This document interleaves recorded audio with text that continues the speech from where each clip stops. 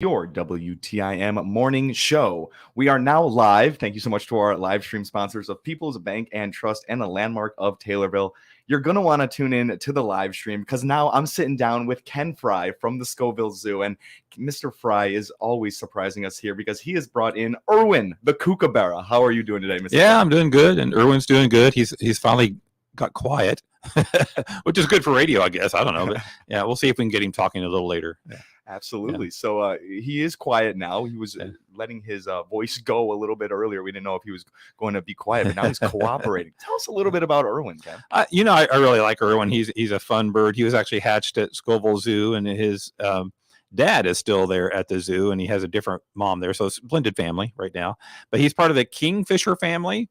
And the kingfishers, as people might guess, would be more after fish, but the kookaburras in Australia, they're more apt to be going after lizards and rodents and snakes and things like that. So we actually have a picture on our sign at the zoo of a kookaburra holding a snake in its beak, and once they catch the prey, they'll take it and kind of just beat it against a stump or a rock until it gets good and juicy, and then they'll eat it after that. So and kookaburras live in flocks usually, and they're really not thought of that fondly in Australia. I think if you have a flock of kookaburras, and you heard how loud one was, but if you had like 20 of them going at the same time, you're probably not sleeping in with a flock of kookaburras outside your house. So yeah, but I really like the kookaburra. They're kind of a medium-sized bird. He's just sitting on my arm right now, and maybe 8 inches, up. And if he stood up, he'd be maybe 10 inches, and then maybe 12 from tip of the beak to the tail, and got a pretty tan, light brown feathers on it, but some blue feathers in his wings as well. So they're really pretty birds, and they kind of have fun personalities. And it's kind of funny who Irwin, if he likes you, you're okay. He'll sit on your arm like he's doing right now. If he doesn't like you, he lets you know about that too. And he tries to rip your toe off or something. If you try to come in with him, he'll hop down and kind of chase you around and be a little aggressive with you. And so, so far he's been pretty good with me. They also have a lot of birds have that nictitating membrane. So sometimes he'll, instead of just blinking his whole eye, he'll just have that membrane go across his eye, which he did a little bit ago. So hopefully people on the webcam can catch that from time to time. If right there, he just blinked his eye there again. So kind of a fun bird. And Irwin, I don't know. We'll see if you can call.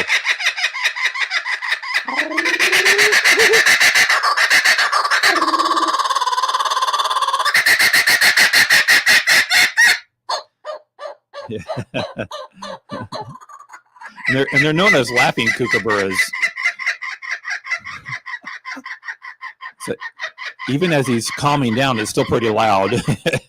And so that's the kookaburra call, and very loud. And a lot of people may know that song from the Girl Scout times of that kookaburra sitting in the old gum tree.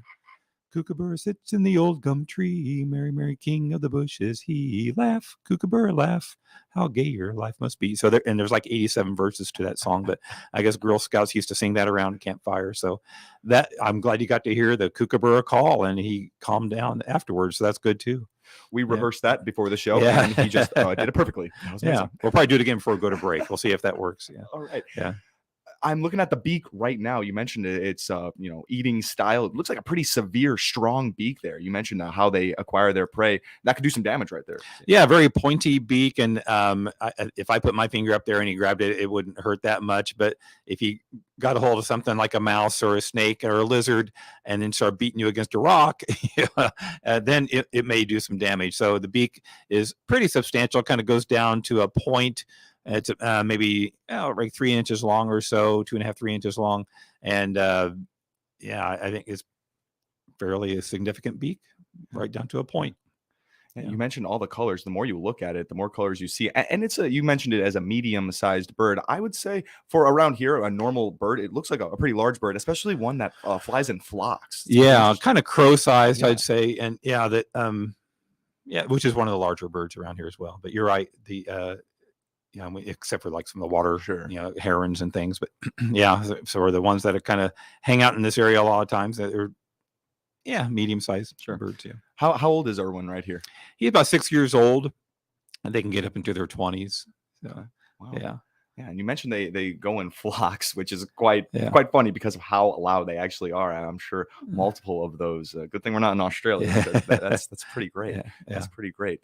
Now, how do these birds react well with other birds? Are they cool or are they a little Yeah, bit I think standoff? so. Our kookaburras at the zoo that are on exhibit, they're actually in with a couple of tawny frogmouth birds, which they're more nocturnal. Kookaburras are diurnal or during the day, and they they do well. So the tawny frogmouths are just usually sitting on branches and kind of hiding camouflage, during the day. But if you have a good eye, you can see them when you're walking by their exhibit.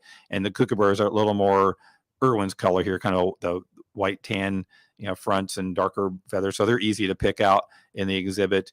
And of course, if they start making noise, which they do a couple times a day, you can hear them pretty well too. So, but at night we put the kookaburras away. There's a little area in the exhibit we can get them separated from the tawny frogmouths because the tawny frogmouths may go after the kookaburra during the night, and so, but the kookaburras don't bother the tawny frogmouths during the day. So, yeah, All right. Oh, yeah, kookaburras are a little bit more mild mannered than I might have yeah, a little mentioned. more So yeah, mild mannered. yeah. Yeah, All right. yeah. And this is just maybe a question for me, but how Irwin seems well trained here, but not well trained to just come and sit on your wrist if you wanted to leave with you for the radio station. How do you Yeah. pick up Irwin and then get him over here? Yeah, in his little exhibit that he has kind of behind the scenes at the zoo, I'll walk in. He's usually hanging out on a branch, and I just stick my hand down there, and he'll hop on it. And he's if he sees me, he knows we're usually going somewhere. So it's either in the zoo or for a car ride somewhere, and I'll take him to service club meetings or someplace. And I like to show off that sound that he has as well. So he does really well. He rides pretty well, and he's kind of a quiet rider. And sometimes he'll start making that little call when he during the ride, but not often. And then I'm always hoping that he's loud when we get, because that's kind of the impressive part about him when we get to the places that we're going to. Yeah, definitely. I had no idea. It seemed like there were 5 of those birds Yeah. in that cage when I walked up. Yeah. And you mentioned earlier that if in the event it were to begin flying in the studio, it's going to stop. It's going to perch pretty much where it finds. That's kind of their pattern of movement. Yeah, and we actually do clip feathers on Irwin, so if he did fly away, he wouldn't keep flying, and it would just be a short flight, for him. So he can fly from here to there, and just small flights. But like hair, his feathers will grow back, and so we do have kind of keep on top of that. So if we did forget, and after a year we still hadn't remembered to clip his feathers, he would fly away. Yeah. And you see something over there. What do you see? Yeah, he just peeked up here, and I don't know. So anyway, yeah, but yeah, the feathers are trimmed back a little bit, but we don't bother the muscle part of the wing. Okay. Yeah. Yeah, I wondered about that. You don't clip the feathers too far as to not permanently hurt the bird. Right. That's interesting though. You can clip down those feathers just enough to where the flight pattern will be changed. Good. Yeah, that's correct. And which is also what we do with our flamingos at the zoo, just so they don't fly off.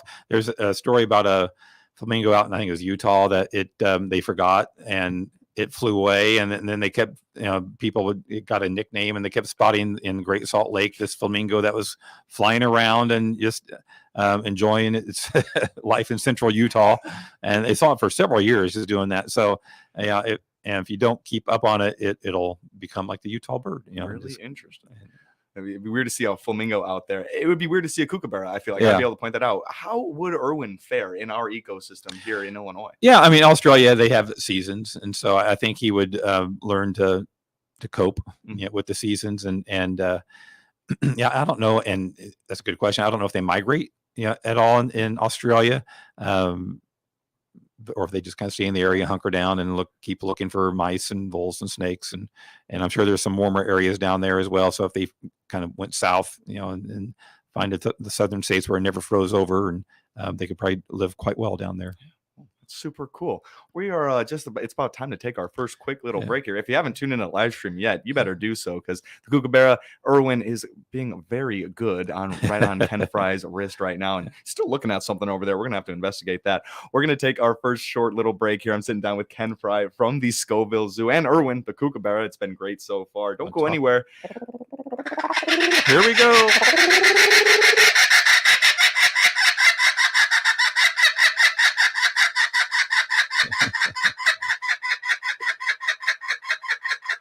And Erwin says, see you later, too. I was going to say, maybe next we teach him to say WTIM information station. That's what you're listening to. We'll be right back. Your information station, WTIM.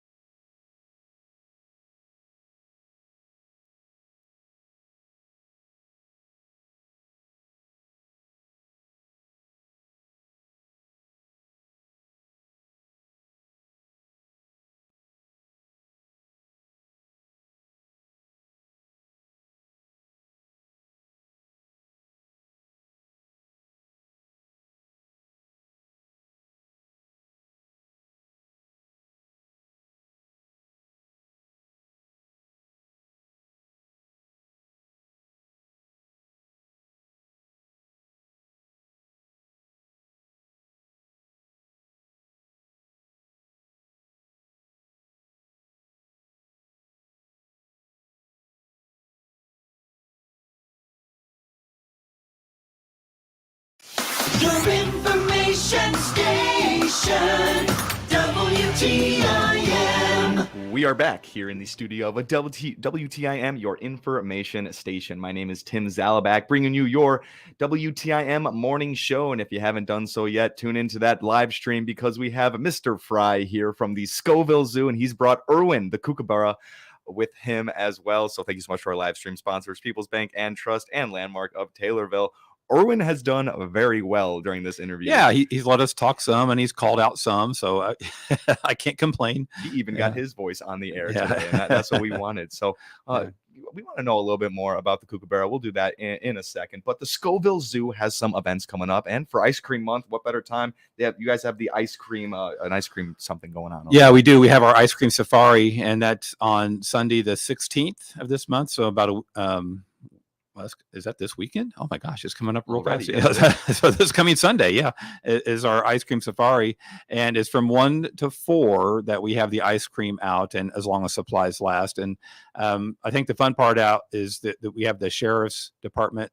They're out there and they're in their uniforms, and they love being out there scooping the ice cream and kind of interacting with people. And it's a fun atmosphere and low stress. And I've kind of enjoyed watching some of the sheriff's people actually meet some of the others that they've had dealings with in the past, and they're like, "Hey, you keeping out of trouble? Here's some ice cream." So it's just kind of a real low key a way to interact with some of the people that are, that are around the zoo, and just kind of, it's a good family time. And we do have a lot of family groups that come that day to the zoo to enjoy the ice cream, and they kind of treat it like a family reunion type of thing, where they'll walk around. We have 4 ice cream stations, and each station has a different flavor, and so they'll start at one, then they'll go look at exhibits, and they'll come back and get another one, then go look at exhibits, and go to the 3rd station, look at exhibits. So they have a fun time trying the different flavors, and when we run out of a certain flavor at a station, then we bring out another flavor. So it's so it's a lot of ice cream. I think we have 30 gallons or so to go through at this event. Well, you guys sound like you're prepared for it. And that's going to be awesome. A safari with multiple different ice cream stations, new flavors all around. You said it's a low stress day, and the sheriff's department happily doing it for you guys. That's really awesome. That's it's fun. And there is a new ice cream shop in Decatur that's being ran by Park District. It's called Over the Top Ice Cream Shop. It's near this Splash Cove Water Park and the Putt-Putt Adventure Overlook place, and right in between the two. And they're getting Tillamook ice cream for their shop, and Tillamook is going to be building a new ice cream plant in Decatur. So it's they're already tying into the community, and they were happy to help give cost, giving the ice cream to the over the top ice cream place. And they've gone through a lot of ice cream so far this summer, and it's gone really well, and it's a very good ice cream. And we're which I've had several times too by going to the ice cream shop, and so I think people are going to really enjoy the different flavors. And we have like 8 or 9 different flavors for them to try when they come out. I can't even. It's vanilla, chocolate, and cookies and cream, and I think there's a mint one in there, and they have like a strawberry and a raspberry. It's just kind of a lot of different types of flavors to try, and try them all. Absolutely, that's great. Brand new spot opened up in Decatur. What was that called?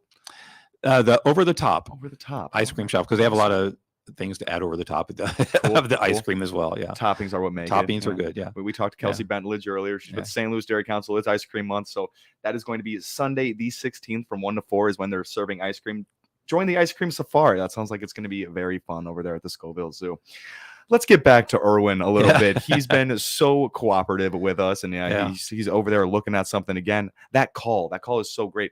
What do they use that call for? Is it all-purpose call? Is it a mating call? Is it a warning call? What kind of thing? Yeah, and there's a lot of different things to that call too, or that coo kind of thing that he does. But then there's that laughing portion of it, and I think they kind of use it to just call the others that I'm in this area, and it's kind of reassuring thing to hear the other ones calling back and being around you, and so it's a call, if they find some food, to call them, hey, there's a bunch of lizards over here, or and they'll call them over for that. And so and so it's just kind of a call to gather, a call to find each other, and or just to be loud. Sometimes they're just happy and they want to sing. Yeah. Sometimes they just want to blare that voice. And that's totally cool. We're running out of time a little bit, but birds have such an interesting way. Some of them do. I've seen, and sometimes a brutal way of getting their prey. I've seen some birds, it might be vultures, where they drop their prey at a large distance and then they go feed on it. These have a similar way of they kill their prey with those beaks, slap against the rock. Yeah, they'll grab them and then they'll kind of beat them on a rock or a branch or a log, and just kind of makes them a little juicier to eat or pull off parts so it's wildlife can be brutal sometimes, but that's kind of how they eat. Right. To my eye, you don't seem like you could do that, Erwin, but that's how you need to get nice. Your food. It's so nice. It's so nice. We got about a minute left. Can we get one more call? We can. I want to mention our Twilight Tuesday is July 25th, and we stay open 2 hours later, and it's ukulele night. So if you like to play ukulele, come, and we're from 5:30 to 7. We're going to have a ukulele jam, and there's people from Decatur, Clinton, Springfield, Vandalia. We've had people come from all over, come down just to play ukulele on that night, and it's just a fun night. But your request, we'll see, Erwin, you want to, if you've fallen asleep, you want to call.